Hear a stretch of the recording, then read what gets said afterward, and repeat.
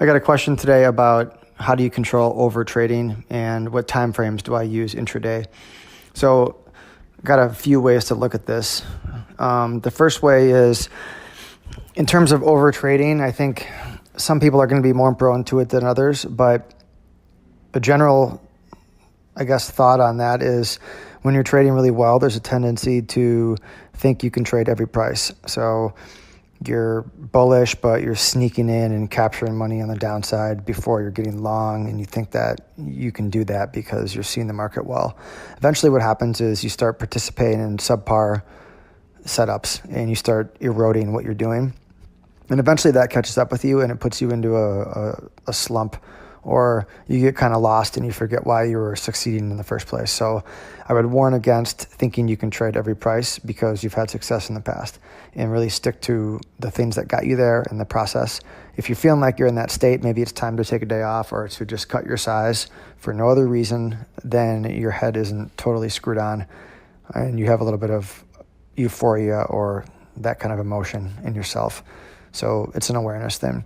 But generally speaking, I have a few stories, shared experiences on that. So many years ago during August, it was a really slow summer, and the guy I sat next to and I noticed that everyone was struggling around the office. There wasn't that many trades to do. We maybe got like one trade a day, which isn't that many opportunities given how much is going on in a busy market.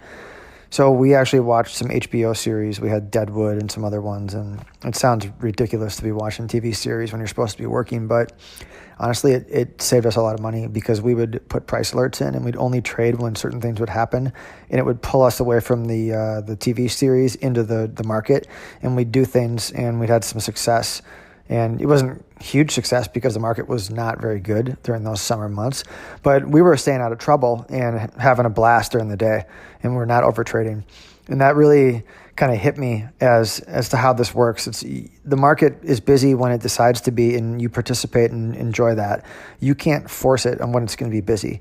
So that's another way you can prevent overtrading, but also recognize what the market's doing. And it also plays into monetary goals, where I think monetary goals don't always make a lot of sense because you don't know what the market's going to do. In a busy market, you're going to have a lot more success because you're going to have more opportunities and more chances to learn and grow faster and see the same setups and learn from them.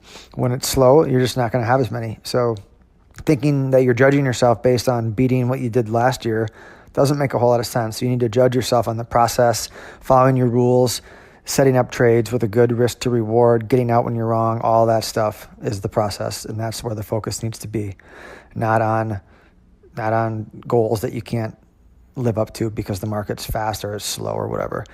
So back to the original question, how do you not overtrade? Another answer to that would be productive distractions. So I never had luck with reading books during the day when I was watching the market. I had luck with research on the internet, other projects. Price alerts was really good. I would even do exercise sometimes around my screen, and then I'd have price alerts that would pull me back in when the market did a certain thing, or I was waiting for a certain catalyst, and then I would look more, I would focus more, or I'd wait for a big move to happen, and then I would play the reaction. And this usually came after extreme measures of me overtrading and thinking that if it's whipping around, I have to be in there. So I started doing these things, and they really helped me dial in and just wait for stuff instead of having to be in there every day. These days, I'm not day trading as much, so I'm looking at longer terms where I'm holding for weeks and months. And when you're doing that, it's a little easier to be patient, but you also feel like going from day trading to that, you feel like you're not doing anything. So you want to be more active than you need to be. And the answer always comes down to the fact that less activity usually means better results. And once in a while you have bursts of activity, and that's fine. But understanding that your stuff doesn't show up all the time, and when you think it does, then it might not be. You might just happen to have had a good streak, and it might be that there was a bunch of stuff that you liked that current day or that week, but don't get sucked into that too much. So think about what you can do that's productive and still not miss the market. That would be my best answer to that question. And like anything else, painful experiences and awareness that it's a struggle for you is the best way out of it, is just to know that that's a trigger. And sometimes you need a day off, or after you come back from a vacation, do you ever notice that you don't really care if you miss the market and you don't really care if you miss moves? And that's the attitude you want to have, because you only trade when it looks really good. So getting into that mindset is always the best way to be. And then in terms of my time frame, when I was moving around during the day, for me, I used to look at like 2-minute charts, 5-minute charts, and then 60-minute charts.